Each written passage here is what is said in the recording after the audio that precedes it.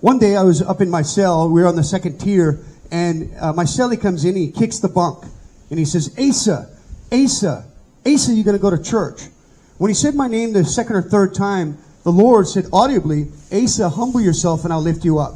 Immediately I started coming off the bed, but I was trembling and just struck dumb and speechless.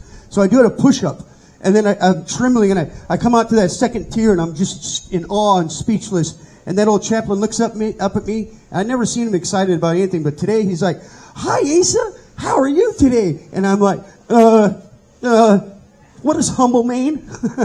He doesn't even answer me. He just says, turn your Bible to Romans 7, chapter 7, verse something. And he says, read it. So I read it, and he goes, what does that mean? He assumed that I knew what it meant. And I responded, still trembling, I don't know. And he looks at me like he's confused, like a little frustrated, right? And he says, turn to chapter 10, Romans 10, such and such. Read it. So I read it, and he asked me again. He goes, what does that mean? And still trembling and struck dumb, I said, I don't know. And he was clearly frustrated at this point. And he walked out, and we didn't even have church that day. The next day, the cops came in, and they told me, Harrison, roll it up. And I'm like, what? We'll roll it up? What do you mean? Where am I going? I haven't been to court yet. Roll it up?